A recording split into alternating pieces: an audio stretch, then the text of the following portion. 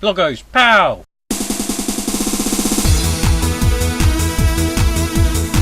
Let's take a look at some more Amiga conversions of Sega's super scaling arcade games.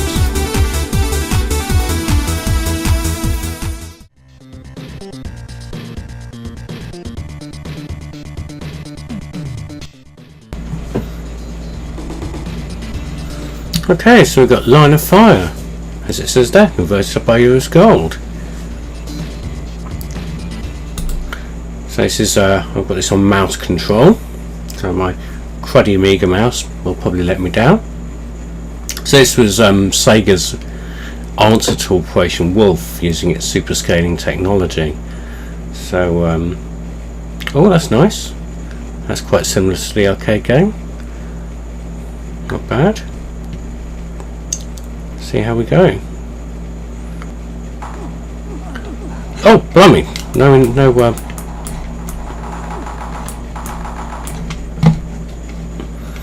rest there for the wicked. Okay, so again, point and click.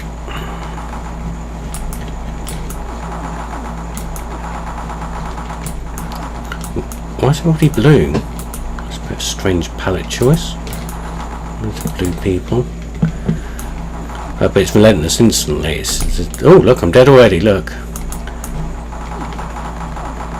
Let's see if we can get a bit further than that.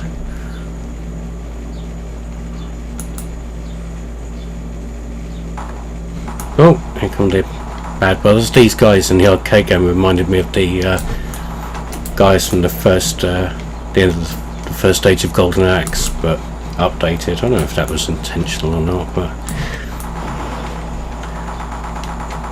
at least they're not blue. Oh, worth noting that the machine gun fire, you've got infinite ammo and line of fire. You did in the arcade game, you have here, which is nice. Oh, first stage complete.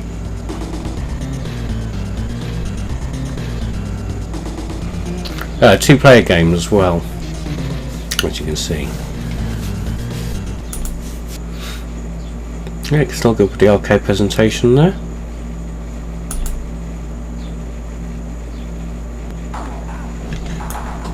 Oh, blimey again, completely relentless from the start.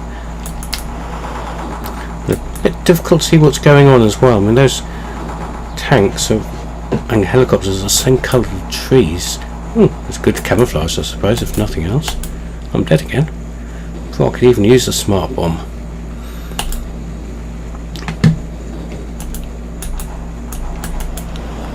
Let's get a smart bomb out of the way to clear. I didn't even kill everything. What a rubbish smart bomb. So it's trying really hard to be the arcade game.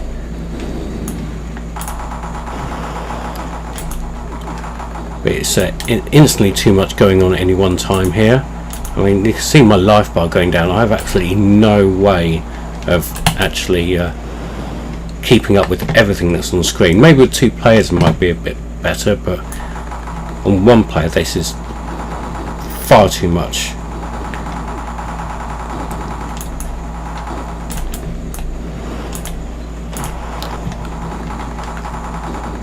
You're not getting enough health pickups to see you through either. We've run out of smart bombs now.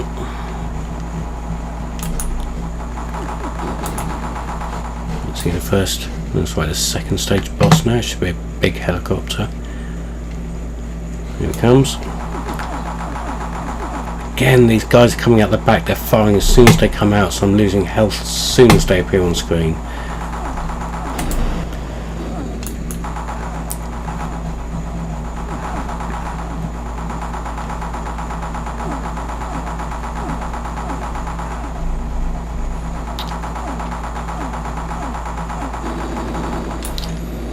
Okay, goodbye helicopter.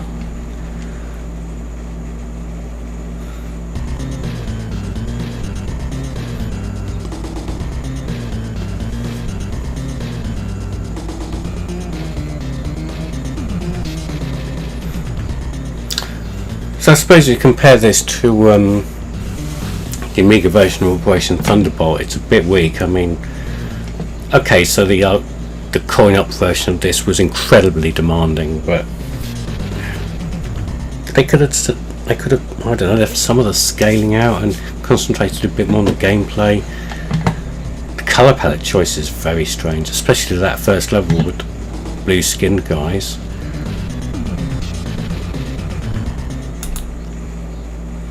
So let's see what the next stage has to offer. Exit by high-speed boat.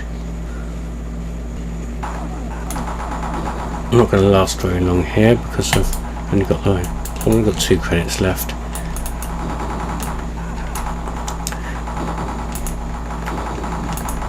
I've said it before and I'll say it again, it's a conversion by the numbers. It's not trying to be it's trying too hard, should I say, to look sort of accurate to the arcade game, but it's not playable. I mean, at a basic level it works, but it's not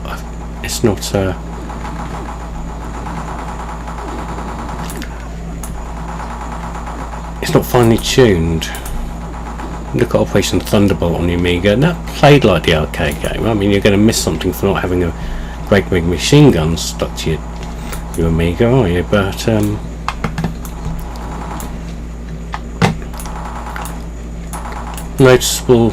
noteworthy thing, should I say, about Line of Fire on the Amiga, you could get a pretty snazzy Line of Fire headband from the retailer when you bought it. That was useful for keeping my 80s mullet out of my eyes while playing the game.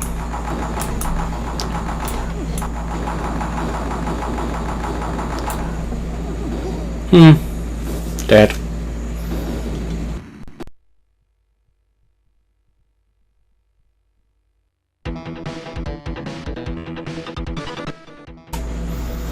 So we go, another Activision conversion here. Let's see how we go. Of course, the arcade game had a ridiculous amount of scaling here.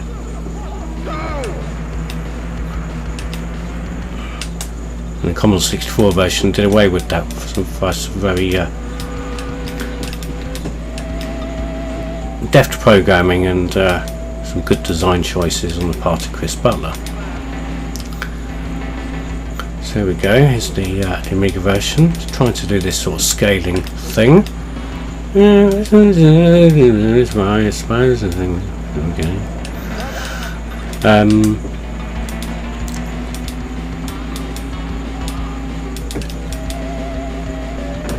Oh dear.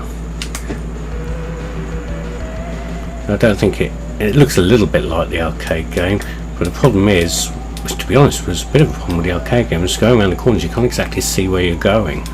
A bit worse in this version than it was in the arcade game. And the cars are so wide they're really hard to avoid. So if you meet a car on a corner, it's really hard to actually avoid it. So let's move along to stage 2 now. Oh God, what was that? Now they've tried to replicate the way the arcade game layers its sprites by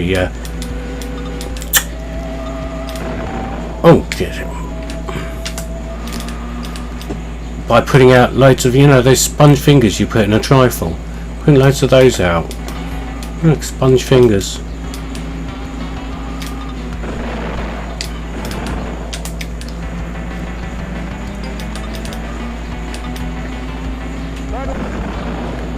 Last thing I'll say, it's it actually appears to be fairly easy once you get the grips towards going around corners without crashing into everything, and you respawn on the track really quickly after you've come off, which is thankful.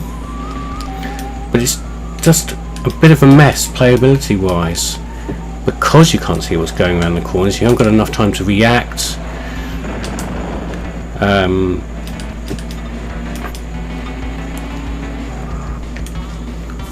To those corners. Same bit of music all the way through though.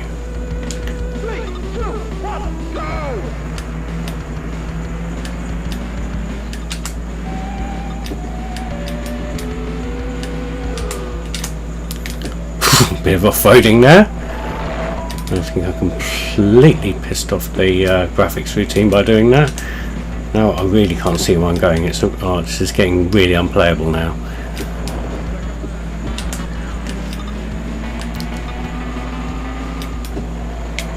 Yeah, a complete oversteer there because I couldn't actually see where I was supposed to be going at all. It's that's a mess. That is really, really hard to play. No.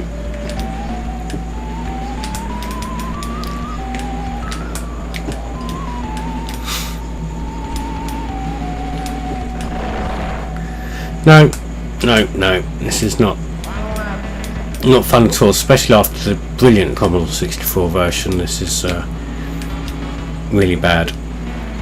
The Amiga can do something like this. There's a game on the Amiga called Driving Force, which it's got very similar scaling routines to the arcade game POW, so that's worth checking out. Much better than this is.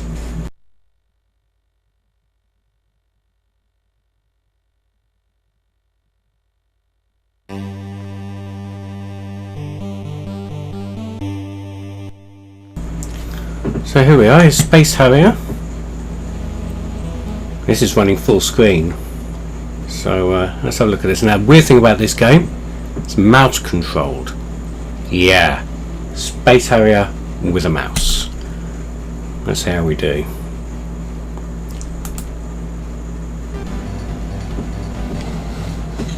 That feels weird.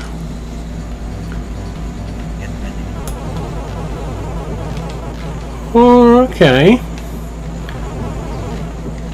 That is a little strange,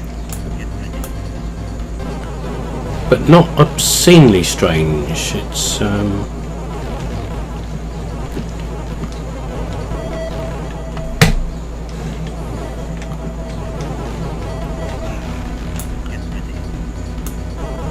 everything's a bit flat though. It's squished, even though it's running in full screen. The graphics do appear like they've been through an industrial metal press. Oh crap.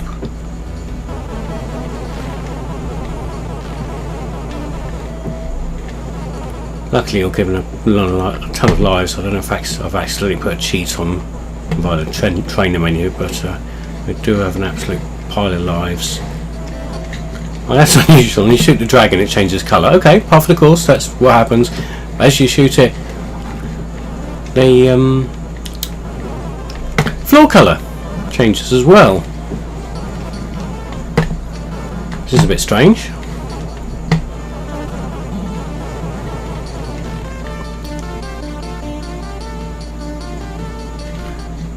Well, it moves sort of fair well paced, doesn't it?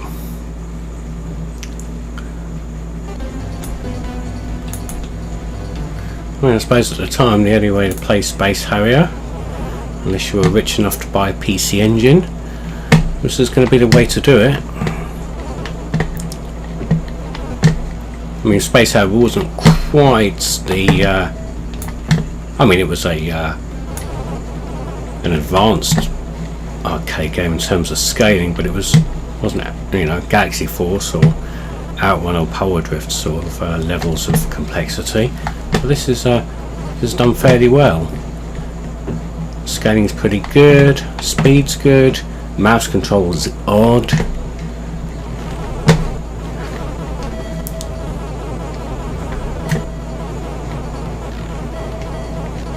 Level layout is fairly similar to the arcade game.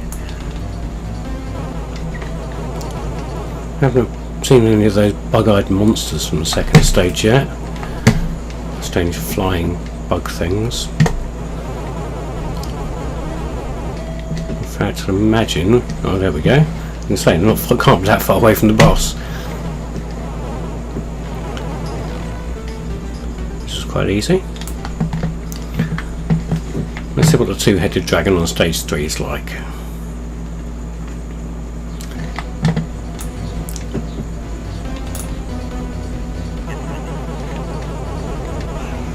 Oh, attacked by a mushroom. No, my lives don't appear to be going down, so we're not going to sit here until the end of the game.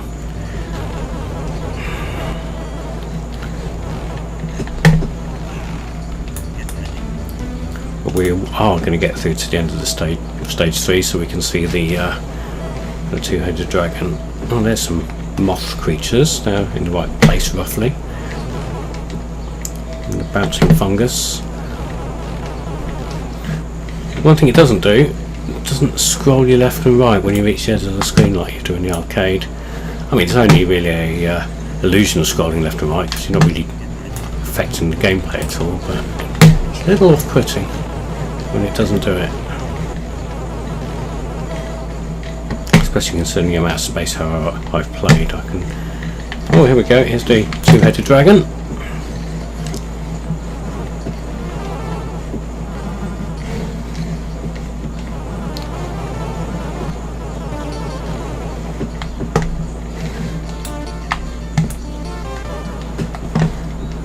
Oh yeah, not a bad version of Space Harrier. Worth a quick bash. Nice that it runs in full screen. Like so many Amiga games don't for whatever reason, but yeah, worth a bash.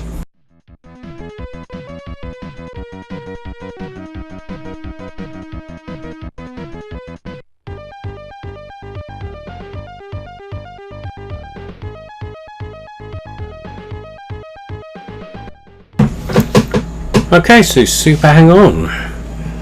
So, another Activision conversion. Well, it says Electric Teams for Activision, the same company, so. We start on beginner. Outrider Crisis, of course.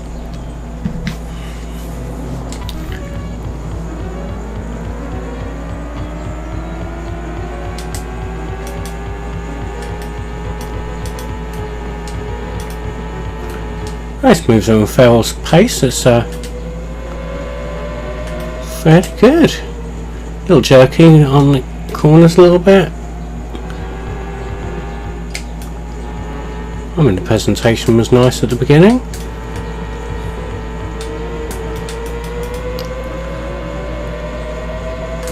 So far, I'm enjoying this. I mean, this is very competent conversion. When you're considering the rubbish we've played with Power Drift and Outrun as a comparison, this isn't bad at all.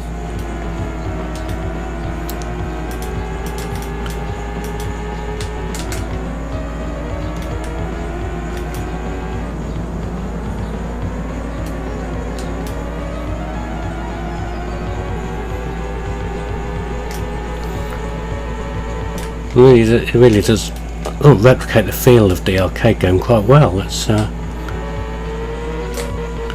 nice little palette changes as we haven't crossed the checkpoint there. Oh crap. Super Hang On rider vows he'll never go to Birdland.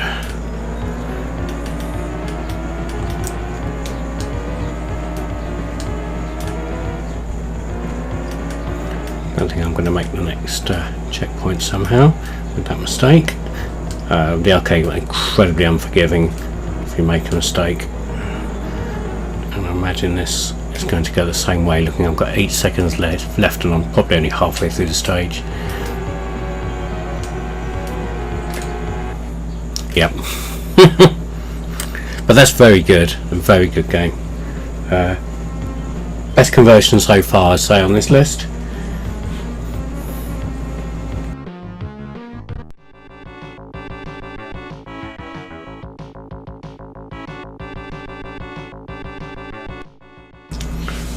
So, Super Micro GP.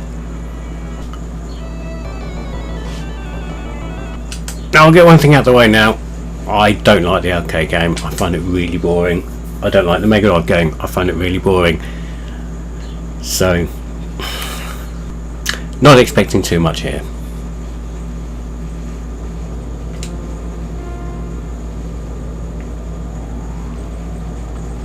I mean, presentation wise, it's not bad looking. It's long at a feral pace, I'll give it that.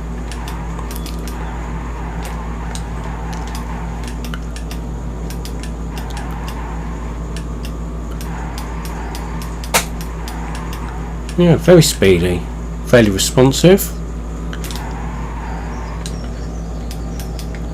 This is the qualifying lap before we reach the race proper. There we go, 7th, brilliant. And on to the proper race.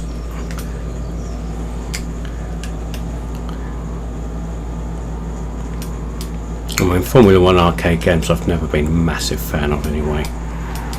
If you're going to play a Formula 1 game, to play, well, I suppose on the Amiga you play Formula 1 Grand Prix by Microprose, which was fantastic. So I really didn't see much point in playing Super Monaco GP at all.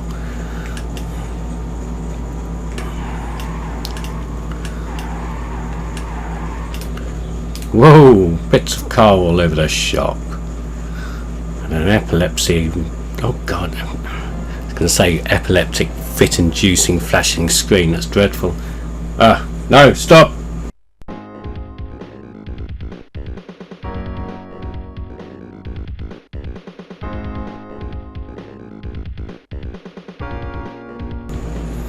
Well, so last on today's list of Sega arcade conversions is Thunderblade.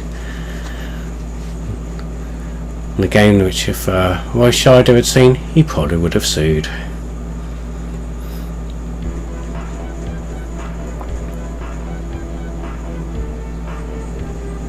Strangely enough, this is the only game that we've played so far on this.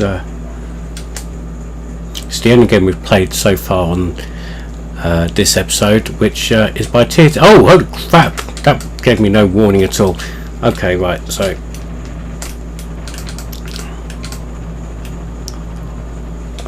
gave it absolutely no warning whatsoever, and it's again relentless from the offset there.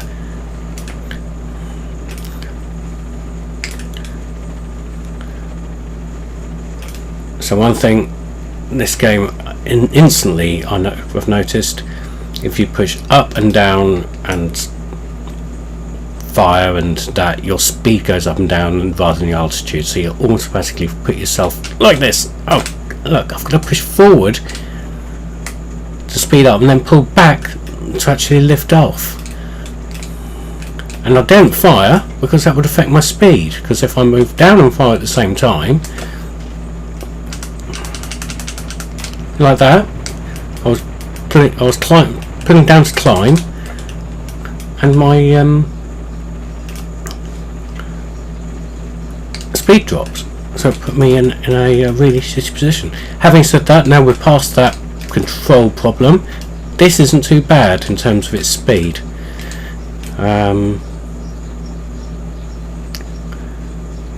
However, now we're loading something. So this is a bit where I do actually have to shoot something, and the speed thing isn't so much of a problem here because I'm just playing this a bit like a everyday scrolling shoot 'em up. Just while I'm doing this, noteworthy of the bizarre Thunderblade banner across the top, taking up a huge chunk of the screen. That's some nice pictures of some happy pilot men. They've just had a nice drink of Pepsi, which was the bizarre tie-in game for this that Christmas.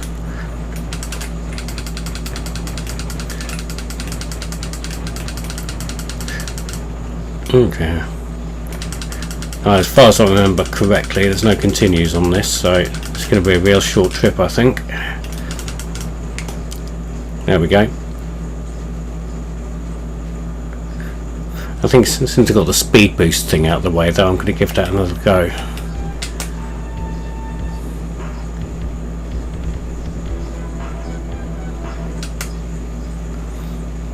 Right, so up and fire to speed up, and then don't touch the fire button ever again. Again, look at that. As soon as I appeared, and it's like piles and waves of enemy fire. Look at that, that's crap, isn't it?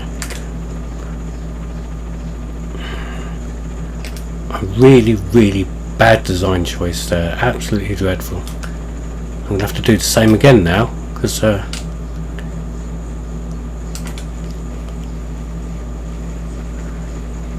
again, I was ready for it that time. Just keep moving.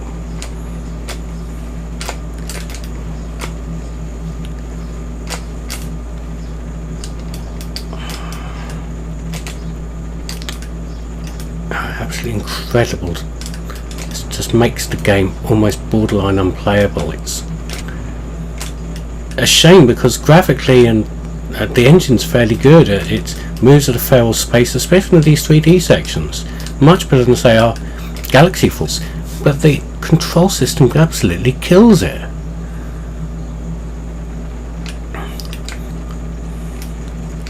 We're back to this bit here. I don't think we're going to see the second stage at this rate.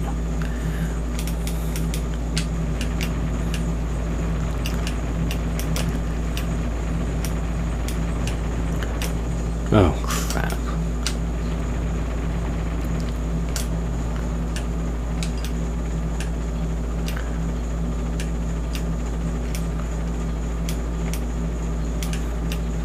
Real shame. This could have been really good if it wasn't for that crappy control method and the stupid barrage of fire that happens as soon as you spawn at the beginning of the first level. I mean, you lose a life there instantly.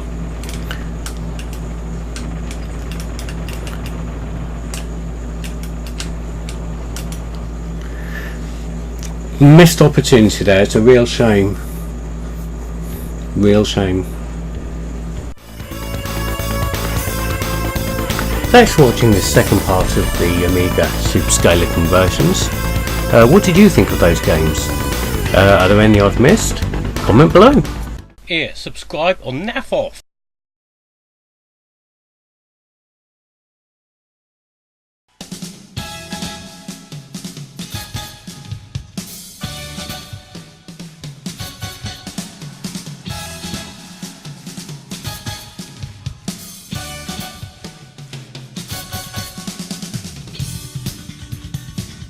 I got nothing.